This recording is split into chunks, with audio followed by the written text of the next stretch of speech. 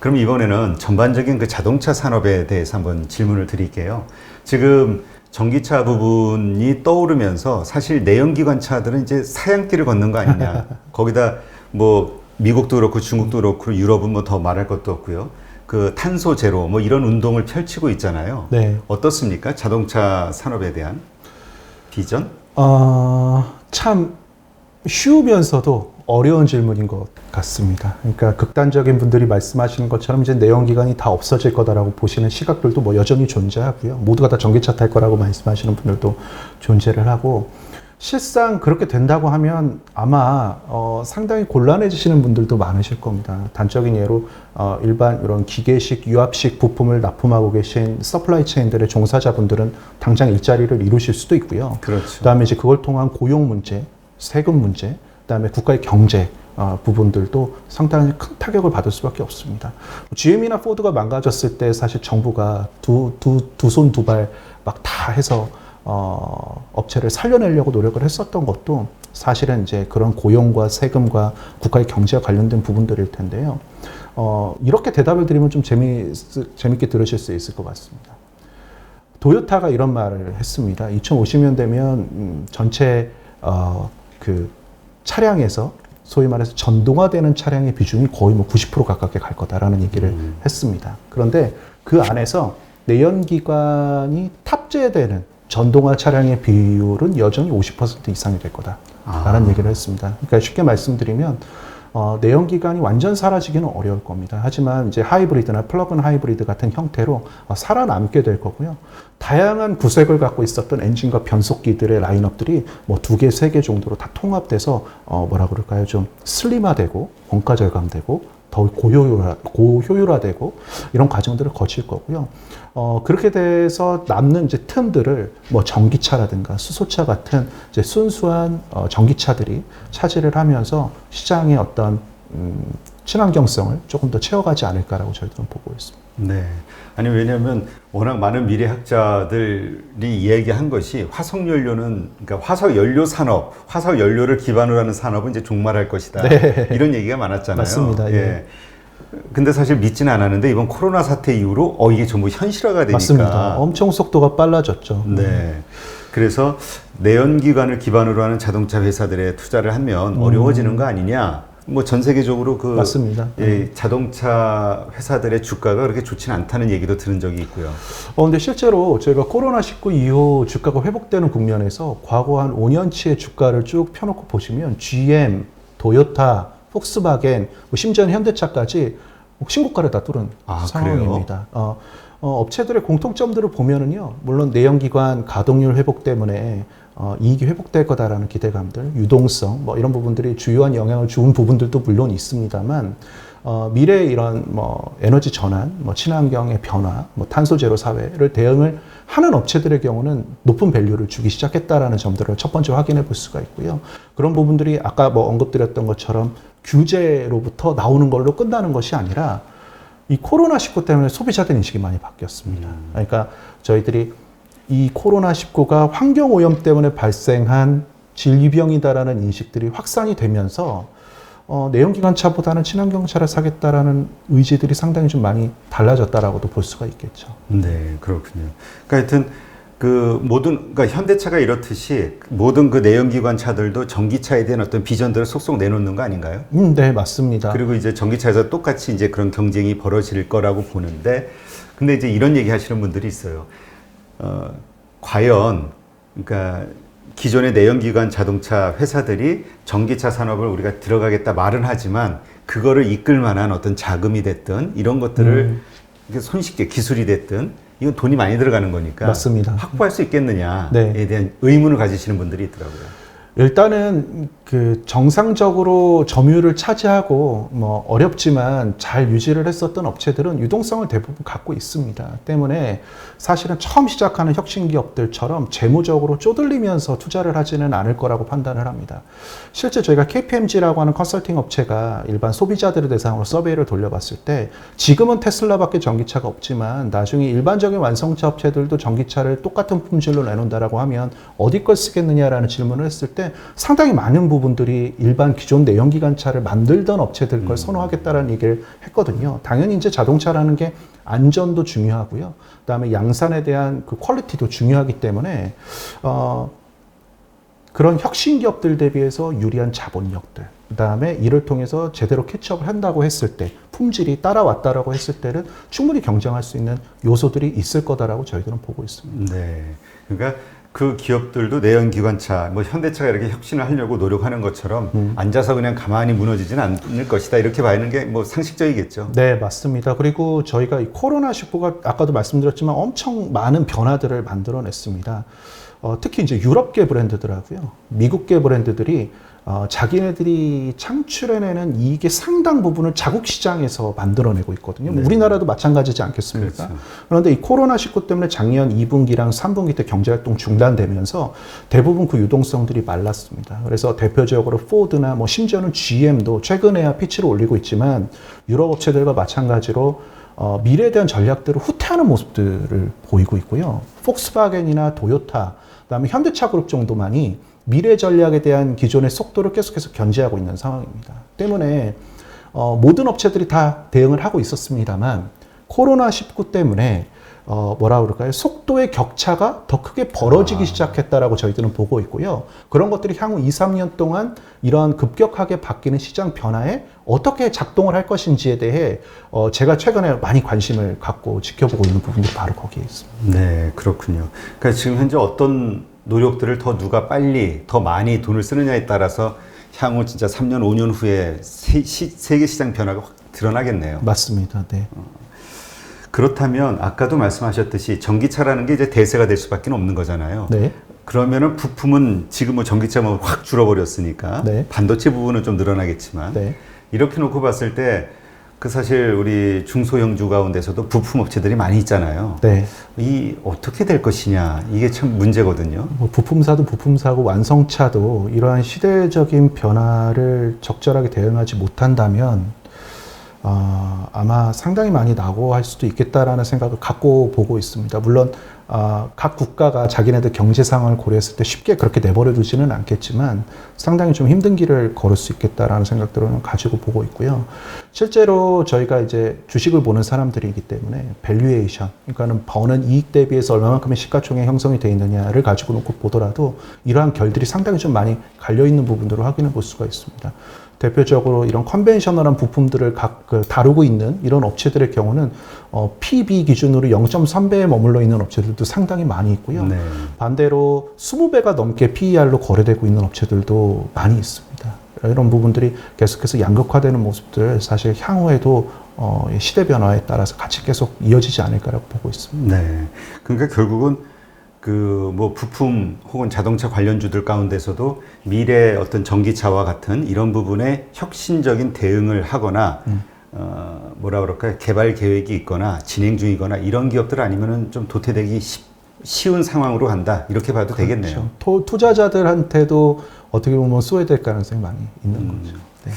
그 부품 가운데 그래도 뭐 변동 없는 거는 타이어는 어떻게든 필요하니까 전기차를 해도 뭐 이걸 하든 뭐 그런 얘기 하시는 분도 있던데요. 네, 타이어도 어떻게 보면 상당히 안정적인 주식입니다. 저희가 소위 말해서 업황이 많이 꺾였을 때 상대적으로 주가가 잘 이제 버텼었던 섹터를 이제 저희 자동차 섹터 안에서 찾아보라고 하면 타이어 같은 종목들이 상대적으로 안정적인 이익을 내줬기 때문에 이제 말씀하신 대로 잘 버텼는데요.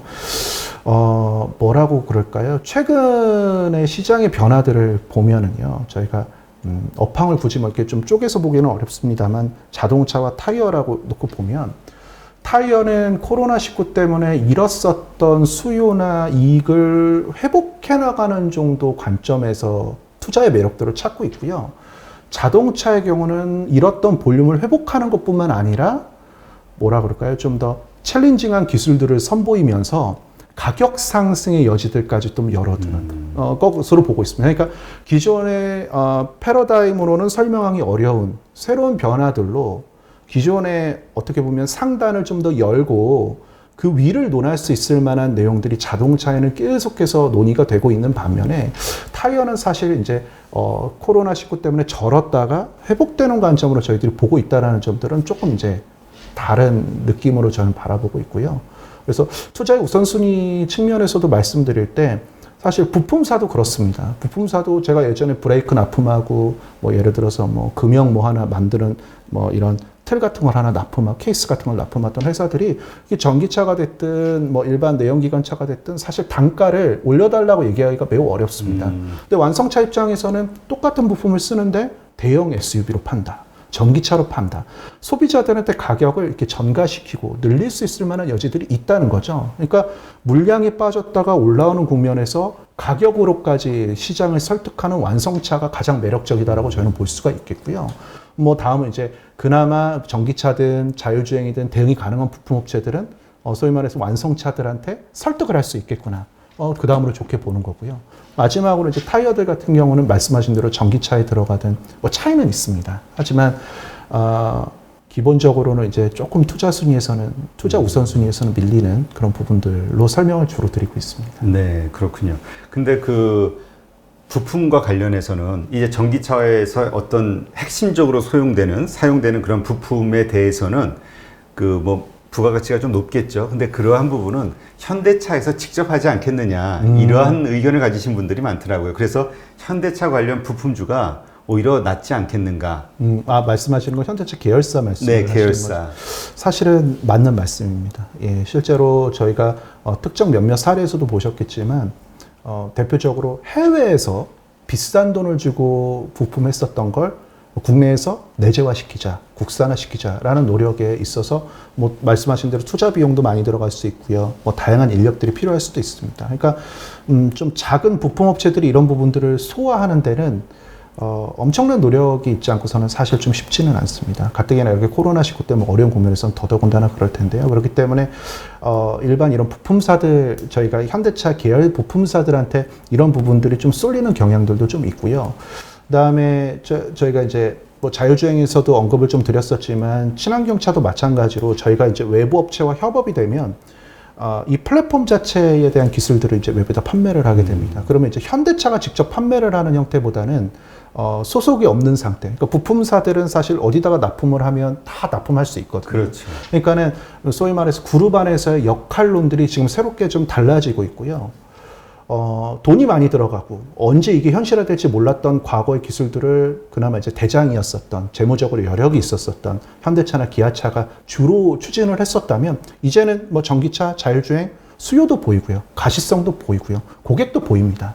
그래서 이제 계열사들한테 이런 영향들이 이제 이전되는 모습들을 사실 이제 작년, 재작년부터 계속 지켜보고 있는 상황입니다. 네. 그럼 그렇게 새롭게 재편되는 어떤 분위기에서 이 부품과 관련해서 앞으로 비전이 있다고 하면 예전에는 뭐 현대모비스가 탑이었던 것 같은데 네. 그게 계속 유지될까요? 지금도 저는 그 부분은 유효하다라고 보고 있습니다. 저희가 이제 전동화 매출이 이제는 이제 손익상에서 이제 드러나기 시작을 했습니다. 실제로 지난 분기 때도 뭐 1조 넘는 매출액을 찍었기 때문에 이제 분기마다 1조 넘는 전동화 매출들을 현대모비스 손익 보고서에서 볼 수가 있으시고요. 이런 부분들이 앞으로 이제 플랫폼 비즈니스가 확대 전개되면서 더욱더 가속화되리라고 저희들은 보고 있습니다. 그리고 예전처럼 단순하게 뭐 몇몇의 부품을 납품하던 이런 시스템에서 넘어서서 현대차로부터 특정한 롤을 받아서 이걸 가지고서 뭐 대외적인 매출까지도 염두하고 지금 하고 있는 비즈니스 모델이기 때문에 훨씬 더 예전보다는 높은 밸류를 쳐야 되면 전 마땅하다고 보고 있습니다. 네, 그러니까 전기차와 그러니까 전동화 매출이라고 하시는 게 전기차나 혹은 수소차를 다 포함한 개념. 그와 관련된 네. 혁신 기술과 관련된 매출로 이해하면 되겠네요. 그러니까 이제까지는 우리가 현대차에 그냥 자체 납품하고 이 정도 수준으로 봤다면 네. 이건 이제 다른 자동차 회사들에도 판매할 수 있는 그렇죠. 이제 캐파가 좀 글로벌리 이렇게 좀 넓어진다 이렇게 보면 되겠군요. 맞습니다. 지금 그 발표하신 보고서를 보니까 자동차 산업의 핵심 키워드를 CASE로 요약을 하셨는데요. 네. 이거는 무엇을 의미하는 건가요? 저희가 이제 케이스 뭐 혹은 현대차 그러면 메카라는 표현을 쓰는데요.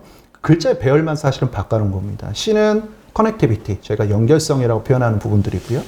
그다음에 A는 오토노머스, 자율주행과 관련된 부분들이고요. S는 뭐 shared and service, 그러니까 공유 서비스를 얘기하는 거고요. E는 electrified, 그러니까 전동화를 얘기를 합니다.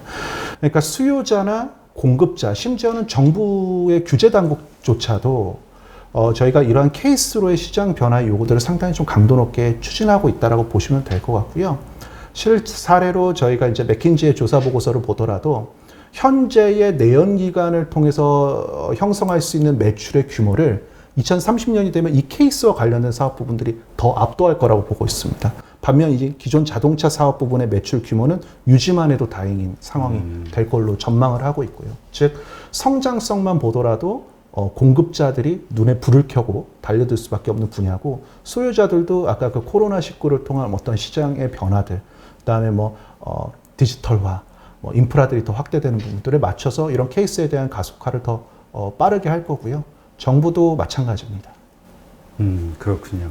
그러면 제가 아직 좀 명확하게 좀 잡히지가 않는데 전기차는 우리가 그냥 상수로 보고요.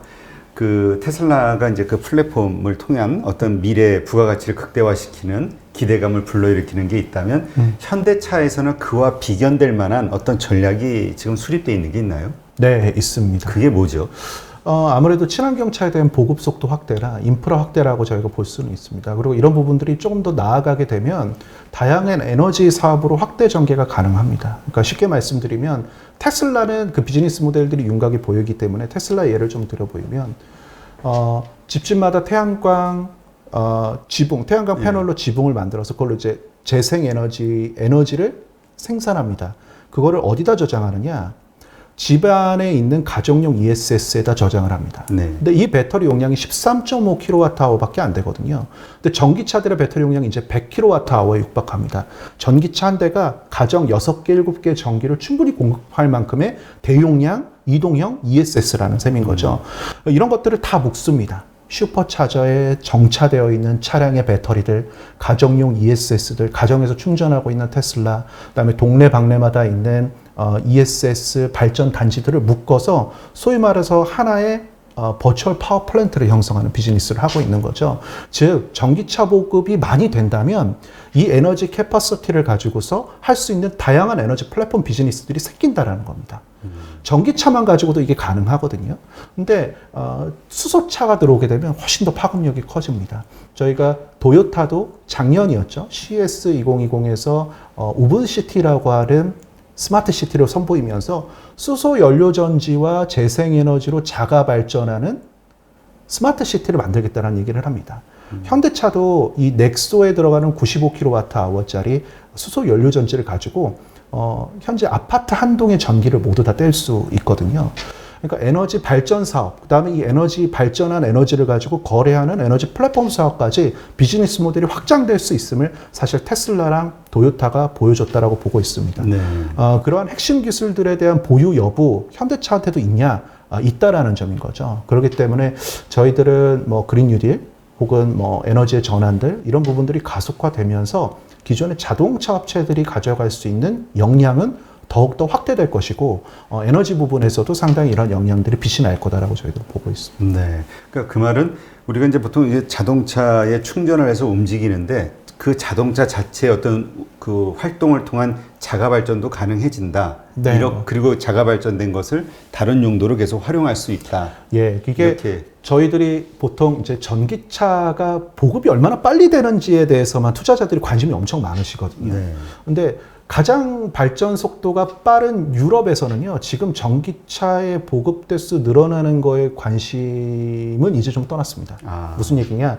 2025년이 돼서 시장에 돌아다니고 있는, 길에 돌아다니고 있는 전기차들의 배터리 용량을 다 합치면 도대체 이제 유럽에서의 전기 소비 얼마만큼을 충당할 수 있을까에 대한 고민들을 하고 있거든요. 실제로 예상에 따르면은 전체 전격 용량의 한 20%에서 30% 정도를 충당할 수 있다고 보고 있습니다. 즉 그 말은 화력 발전소 20%를 극단적으로 없애고 전기차들의 배터리를 필요할 때마다 에너지를 뽑아서 활용한다고 이거를 등가로 볼 수 있다라는 점인 거죠.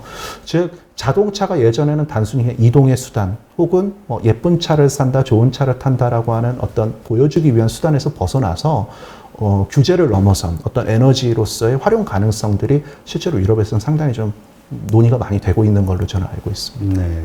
그런 면에서 이제 현대차가 가지고 있는 기술력이 탑 클래스 안에 들어간다. 이렇게 맞습니다. 이해하면 되겠군요. 네. 근데 수소차 잠깐 언급하셨는데 이 수소차에 대해서는 많은 분들이 좀 니콜라 때문에 관심을 가졌다가 이건 이제 나중 먼 훗날 얘기 아니야? 네. 지금은 뭐 현실화되기 어려운 얘기 아니야? 이런 식으로 좀 생각하는 분들이 많거든요. 네. 정확한 어떤 현재 레벨은 어떻습니까? 일단은 현재 뭐 상용 트럭부터 시작해서요, 일반 승용차까지 라인업들을 가지고 양산을 하고 있는 유일한 브랜드가 현대차입니다. 그 도요타의 경우는 이제 승용에만 지금 현재 하고 있는 상황이고요. 지금 이제 현대 하이드로젠 모빌리티라고 하는 법인을 유럽에 출범을 해서 니콜라가 하겠다라고 했었던 사업들을 시범적으로 지금 하고 있습니다. 그러니까 이렇게 한번 질문을 드려보면은 좀 마음에 와닿으실 것 같은데요. 수소 트럭으로 돈을 버는 사람한테 그냥 수소 트럭 돈 주고 사서 너희 가지고 뭐 운송 사업을 해라 라고 하면 아마 상당히 막막할 겁니다. 그렇죠. 왜냐하면 수소 트럭을 모는 사람들은 내가 이거를 차에서 놀리면 돈을 못 벌거든요. 충전도 수시로 불편함 없이 해야 되고 유지보수도 해줘야 됩니다. 그렇기 때문에 주로 운행하는 지역마다 수소 충전소도 설치를 해야 되고요. 수소를 생산해서 갖다가 운송해서 날려주는 역할까지 다 해야 됩니다. 조달도 해줘야 됩니다. 이런 모든 서비스를 관할한 법인이 바로 유럽에서 출범한 현대 하이드로젠 모빌리티라고 보시면 될 것 같거든요. 단순하게 수소 트럭을 수출해서 트럭 운송 사업자들한테 판매하는 구독 서비스로만 보실 게 아니라 수소의 생산부터 운송, 유통, 그다음에 뭐 충전, 유지 보수까지 이 전체에 아우르는 이 생태계를 직접 테스트하겠다라는 현대차의 생각이 그 법인 안에 들어가 있다라고 보시면 될 것 같습니다. 그러면 이게 그 뭐라고 할까요? 상용화되는 그 시점 이게 한 어느 정도로 볼까요? 제가 수소위원회랑 그 맥킨지에서 조사한 그 로드맵에 따르면요. 빠르면 2025년에서 30년 정도 되면 수소 트럭을 중심으로, 수소 트럭 같은 상용차를 중심으로 더 빠르게 경제성을 확보하고 대중화될 수 있을 걸로 보고 있고요. 승용차는 그것보다는 조금 딜레이는 되지만 그래도 2030년 정도 되면 어느 정도 대중화가 가능할 거라고 보고 있습니다. 네. 뭐 그럼 멀진 않았네요. 네, 그렇습니다. 왜냐면 이제까지 그냥 이미지가 저는 수소차는 전기차가 다 활성화가 되고 침투율이 정말 뭐 5, 60% 이상 되고 뭐 그 다음에 이렇게 좀 할 수 있는, 왜냐면 네. 인프라도 그때 가서 좀 깔리고 경제성이 그렇죠. 뭐 이렇게 생각을 했는데 네. 25년이면 뭐 얼마 안 남았잖아요. 네, 제가 뭐 잠깐 상용차가 먼저라고 말씀드린 근거도 그 말씀하셨던 전기차랑 비교를 통해서 사실 정확하게 말씀을 드릴 수가 있을 것 같은데요. 제가 이제 수소 트럭으로 사업을 하는 사람, 뭐 혹은 수소 버스로, 일반 버스로 사업을 하는 사람이라고 보시면 전기 배터리 충전하는데 많은 시간 소요하는 게 되게 불편할 겁니다. 그렇죠. 근데 이제 충전 시간이 짧고요. 그다음에 인프라 보급 속도도 상당히 좀 높죠. 그리고 저희가 일반적으로 차고지를 갖고 운영하는 사업들이 보통 많기 때문에 수소 충전소를 거기다 설치를 하면 됩니다. 그럼 엄청 효율성이 높아지게 되거든요. 그래서 이런 인프라 문제라든가 경제성 문제들이 상당히 수소차한테 유리하게 상용차한테 흘러갈 가능성들이 높고요. 일반적으로 장거리를 뛰고 많은 사람들이나 짐을 싣고 다니는 상용차의 특성상 이를 충분히 활용하게 하기 위해서는 엄청나게 많은 배터리를 심어야 됩니다. 그 말인즉슨 비용의 문제가 들어간다는 거고요. 수소 트럭 같은 경우는 수소 연료전지가 좀 비싸기는 합니다만 장거리를 뛰게 하기 위해서는 수소 탱크만 늘려주면 되거든요. 네. 수소 탱크 하나에 뭐 100만 원, 150만 원 정도밖에 안 됩니다. 이마저도 국산에 되면 더 저렴해질 거고요. 그러면 확실히 장거리를 뛰는 어떤 사업자 입장에서는 수소 트럭이나 수소 버스 같은 게 훨씬 더 매력적으로 느껴질 수 있을 거라고 저희들은 기대하고 있습니다. 네. 지금 이제 현대차가 혁신의 어떤 그 계획들, 이러한 것들이 그냥 이렇게 잘 진행이 된다고 하면은 뭐 상당한 어떤 뭐 재평가도 받을 수 있지 않을까라는 생각이 드는데요. 왜냐면 니콜라, 그냥 수소차 그런 좀 우리가 생각할 때는 좀 허당인데 네. 그럼에도 어마어마한 그 밸류에이션을 받았었잖아요. 네. 예. 사실 니콜라가 주목을 받았었던 건 수소 트럭을 만들었었기 때문은 아닙니다. 아, 그래요? 제가 아까 뭐 테슬라에서도 잠깐 언급을 드렸고 뭐 현대 하이드로젠 모빌리티에서도 언급을 드렸지만 이 수소를 가지고서 사업의 확장성을 보여줄 수 있고 그다음에 이걸 통해서 플랫폼화 시켜서 어떻게 보면은 계속된 이익을 창출할 수 있고 이런 부분들을 그렸기 때문에 그 비즈니스 모델에 상당히 높은 평가를 했었던 거고요. 이 비즈니스 모델을 사실은 보고 다양한 핵심 업체들이 뭐 GM은 들어왔다 나오긴 했습니다만 그렇죠. 다양한 업체들이 그 비즈니스 모델이 너무 마음에 들어서 같이 협업들을 했었던 거고요. 테슬라 같은 경우도 사실은 아무것도 없이 맨 땅에서 사실 그 비즈니스 모델 하나만 가지고 협업을 통해 빌드업이 됐었기 때문에 뭐 지금은 다 내재화되긴 했습니다만 니콜라도 이제 같은 맥락을 사실 좀 지켜봤었던 거죠. 근데 현대차가 좀 무겁습니다. 왜냐하면 내연기관차가 사실 대다수의 기업 가치를 설명하고 있기 때문에 무겁다고 볼 수는 있겠지만 반대로 니콜라 같은 어떤 비즈니스 모델을 그리지 않고 있느냐 혹은 그리기에는 너무 굼뛰다고 보느냐 아니면은 이러한 의지가 없느냐라고 보면 전혀 그렇지가 않습니다. 뭐 하이드로젠 모빌리티 사례에서도 말씀드렸듯이 충분히 이런 것들에 대해서 단계별로 가시성을 갖고 보여주고 있고요. 실제로 그런 제품들이 양산화돼서 판매가 진행이 되고 있고요. 그런 기술들에 대해서 높은 평가를 받고 있기 때문에 다양한 업체들, 심지어는 폭스바겐조차도 이런 수소 연료 전지에 대한 협업 의지를 밝혔던 부분들을 생각해 본다면 저희는 뭐 한국 업체라 오히려 더 디스카운트하고 있는 게 아닌가라고 저는 보고 있습니다. 네, 사실 이제까지 가지고 있었던 생각은 현대차가 수소차에 너무 몰입하다가 전기차 들어갈 시기를 놓친 거 아니냐. 네. 그런 부분하고 전기차에 다시 올인을 하면서 수소차는 소홀해진 거 아니냐 이런 생각을 많이 갖고 있거든요, 시장에서는. 네. 근데 모두 다 잘 대응하고 있다라고 보심이 제가 보기엔 맞는 것 같아요. 왜냐하면 전기차나 수소차에서 사실 이제 배터리와 배터리 관리 시스템, 배터리 매니지먼트 시스템을 덜어내고 수소 연료 전지와 수소 탱크를 넣으면 사실 다 동일한 구조거든요. 그러니까 모터라든지 전기로 제어하는 부분들이라든지 장기적으로는 자율주행으로 가는 부분들이라든지 이런 부분들에 대한 부분들은 계속해서 현대차가 기술적으로 디벨롭을 시키고 있었던 상황이고요. 그리고 이제 수소를 하이라이트를 했었던 이유는 다른 업체들이 가지고 있지 않았기 때문에 더 많이 저희들이 느끼기도 하이라이트 됐다고 느꼈을 수도 있습니다. 그런 부분들도 있고요. EGMP 플랫폼 런칭을 하면서 또 이러한 부분들이 또 많이 또 불식됐죠. 네. 그렇군요. 그러면 이제 뭐 현대차가 현재 추진하고 있는 혁신적인 어떤 미래 우리가 기대할 만한 그러한 부분들은 좀 살펴봤고요. 전기차와 수소차와 관련해서. 그러면 지금의 기존의 내연차들 가지고 어쨌든 지금 돈 버는 건 거기니까 그랬을 때 지금 뭐 유럽에서는 뭐 탄소 국경세, 그다음에 뭐 탄소세도 올해서부터 또 적용이 되고요. 그렇죠. 뭐 아리백이라고 그래서 또 뭔가 이 화석연료를 사용하는 이런 업체들에게 부과되는 뭔가 페널티가 이제 자꾸 커지고 있잖아요. 네. 그렇게 됐을 때 이 내연기관을 만드는 그 현대차 같은 경우 뭔가 실적에 좀 악영향이 있지 않을까 이런 생각이 드는데 어떠세요?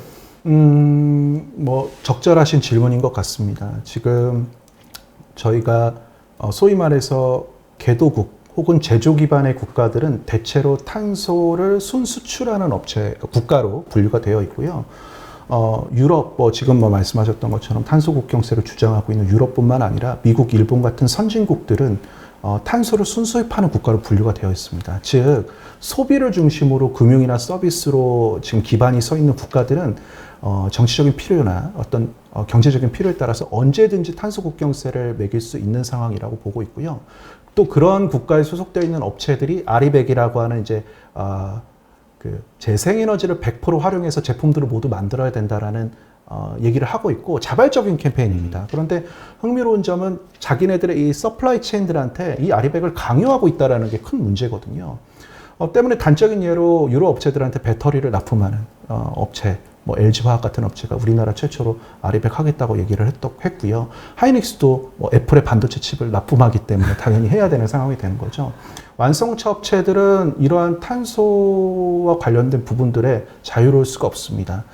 때문에 단순하게 내연기관차를 적게 만들고 전기차를 만드는 것도 상당히 중요하지만 이들이 에너지를 클린하게 만들어내는 기술들을 자기네들이 이미 보유하고 있는 기술로 활용해서 시장에 내보일 수 있다고 하면 상당히 적극적으로 대응할 수밖에 없다라는 생각을 좀 하고 보고 있고요. 대표적으로 완전 클린한 기술이 바로 뭐 저희들이 뭐 신재생 에너지나 수소 관련된 산업들 아니겠습니까? 때문에 시간이 지날수록 이 수소라고 하는 기술의 역량을 보유하고 있는 업체들이 상당히 시장에서 주목받을 수 있다고 보고 있는데 글로벌로 가장 선도적인 입지에 있는 업체 중에 하나가 저희는 이제 현대차 그룹이라고 저희들은 보고 있기 때문에 그런 부분들도 추후에는 기업 가치에 상당히 좀 긍정적으로 영향을 줄 수 있을 걸로 보고 있습니다. 네. 지금 현재 그럼 내연기관의 어떤 그 탄소 배출 그 엔진들의 탄소 배출량이 좀 다 틀리잖아요. 네. 그 효율성 이거에 따라 달라질 수 있는 건가요? 페널티가? 그 부분은 연비 규제나 배출가스 규제에 영향을 받고요. 자동차를 생산할 때에 어떤 에너지를 활용하느냐. 그러니까 예를 들면 철판을 만들어낼 때 저희가 뭐 콕스를 넣지 않습니까? 여기서 이산화탄소가 발생되는 걸 어떻게 포집시킬 거냐, 혹은 뭐 이런 것들을 발생시키지 않게끔 전기를 쓰더라도 재생에너지를 가지고서 납땜질하고 뭐 용접하고 조립하고 로봇을 만들게 하고 이런 것들을 이제 사회적으로 요구하는 방향이 생긴다라는 점인 거죠.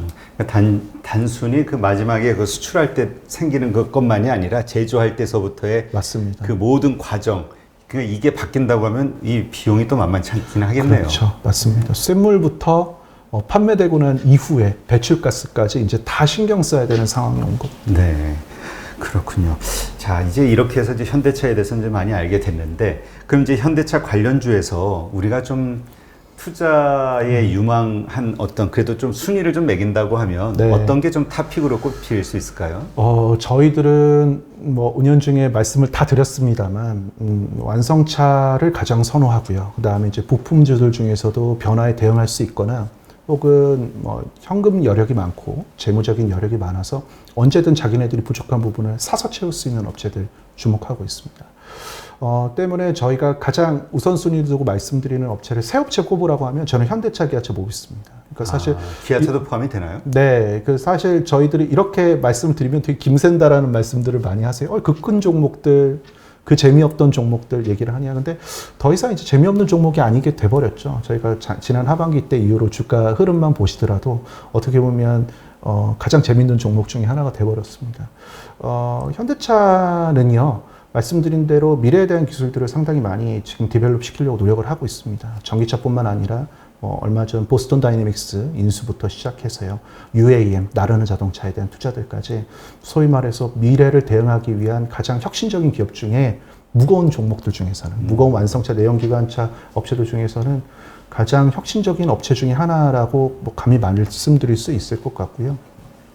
기아차 같은 경우도 뭐 사명까지 바꾸면서 정말 뼛속 깊이 다 지금 갈아엎고 있는 상황입니다.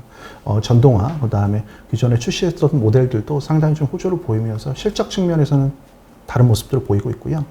현대모비스 같은 경우도 저희가 이제 친환경차 시대가 왔을 때의 가장 핵심적인 역량을 가지고 시장 대응할 수 있는 업체라고 보고 있고, 잘하는 업체가 현대차, 기아차라고 하면 당연히 모비스는 따라가겠죠. 그래서 저희들은 말씀을 드리고 있습니다. 네.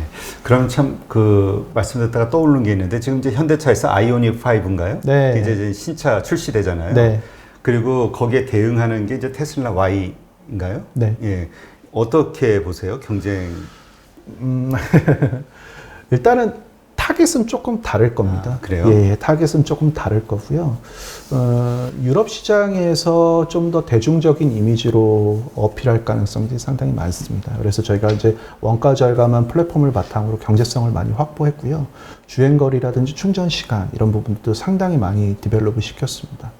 저희도 이제 작년에 연간 전망 자료를 좀 준비하면서 그동안 출시됐었던 대부분의 이제 브랜드들이 내놨던 플랫폼이나 신차 모델들을 좀 비교해 봤더니 가격대는 대중화된 가격인데 성능은 뭐 BMW나 다임러나 뭐 테슬라에 못지않을 어떤 제품들. 그러니까 가성비, 대중성을 가지고 어필할 가능성들이 조금 높고요. 테슬라 같은 경우는 아직까지는 좀 주류의 이미지, 그 다음에 아직까지는 그 모델 S로부터 이어져 나오는 조금 뭐랄까요, 좀 고급화된 브랜드 이미지들을 좀 갖고 있기 때문에 그들만의 조금 니즈들이 있습니다. 로열티들이 있습니다. 그래서 현대차는 또 그들의 점유율도 일부 갖고 오고요. 그다음에 대중 전기차를 소비하고자 하는 사람들로부터 높은 선호를 받은 모델이라고 저희들은 보고 있습니다. 네.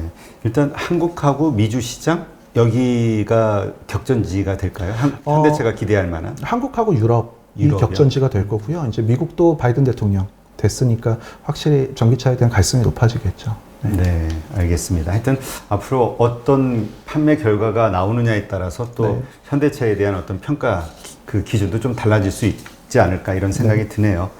네, 오늘 이렇게 해서 현대차증권의 장문수 연구원과 함께 자동차 산업을 한번 전반적으로 훑어봤는데 훑어본 건 아니죠. 집중 분석을 해봤는데 네, 워낙 인사이트가 깊으셔서 아주 재미있게 좋은 그 내용들을 많이 알게 된 것 같아서 아주 기분이 좋습니다. 네. 오늘 이렇게 수고해주신 인사이트를 나눠주신 현대차증권의 장문수 연구원께 감사드립니다. 고맙습니다. 네, 감사합니다.